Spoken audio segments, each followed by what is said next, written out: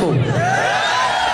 তুই রাজনীতি করে পেয়েছিস, আমার একটা সীমা রেখা আছে, স্বয়ং রাসূলুল্লাহর কাছ থেকে রাজনীতি শিখছি।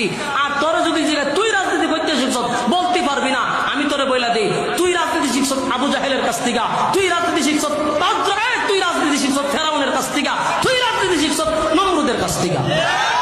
তোর সীমা রেখা হইলে ফেরাউন, নমরুদ, আবু জাহেল।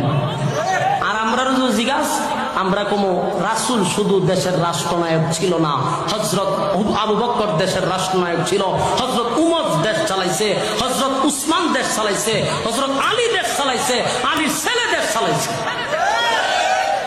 আমরা রাজনীতি পাইছি মাঝে মধ্যে মনটা কয়, কাঁচা সিংলা চিনেন আপনারা, মাথার সাথে ফিটা চিকন চিকন সিংলা, এটি দিয়া যদি বাইরে নিতে তো ফাত ফাত ফাত ফাত কইরা তৈলে গিয়া মনে হয় সারা জীবনের ইয়াদ থাকলো যে রাজনীতি কইবে।